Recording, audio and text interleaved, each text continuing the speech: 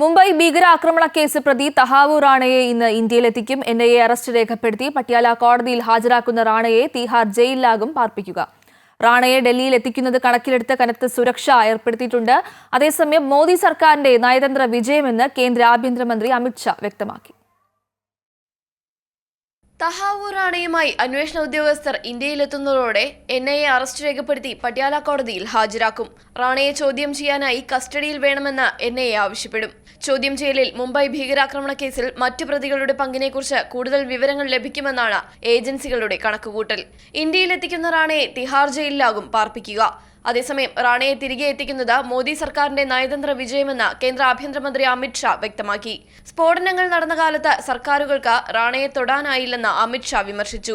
2019 Pakistan വംശജനും Canadian പൗരനുമായ Tahawwur റാണയെ കൈമാറണമെന്നാവശ്യപ്പെട്ട് India അമേരിക്കയ്ക്ക് അപേക്ഷ നൽകിയത്.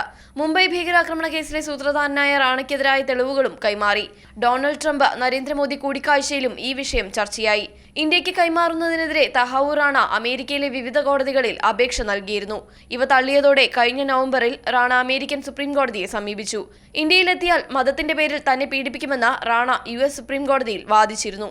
എന്നാൽ അപേക്ഷ തള്ളിയ അമേരിക്കൻ സുപ്രീം കോടതി 2025 ജനുവരി 25 റാണയെ ഇന്ത്യക്ക് കൈമാറാൻ അനുമതി നൽകി.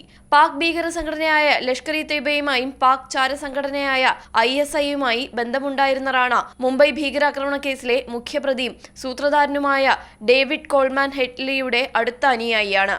2008 മുംബൈ ഭീകരാക്രമണം നടക്കുന്നതിന് മുൻപുള്ള ദിവസങ്ങളിൽ റാണ മുംബൈയിലുണ്ടായിരുന്നു. റാണ ഇന്ത്യ വിട്ട ദിവസങ്ങൾക്കുള്ളിലാണ് ഭീകരാക്രമണം നടക്കുന്നത്. ഭീകരബന്ധ കേസിൽ 2009 ഷിക്കാഗോയിൽ അറസ്റ്റിലായ റാണ US ലോസ് ഏഞ്ചൽസ് ജയിലിലായിരുന്നു. റാണയെ ഡൽഹിയിൽ എത്തിക്കുന്നത് കണക്കിലെടുത്ത കനത്ത സുരക്ഷയാണ് ഒരുക്കിയിരിക്കുന്നത്. News desk Amrita TV.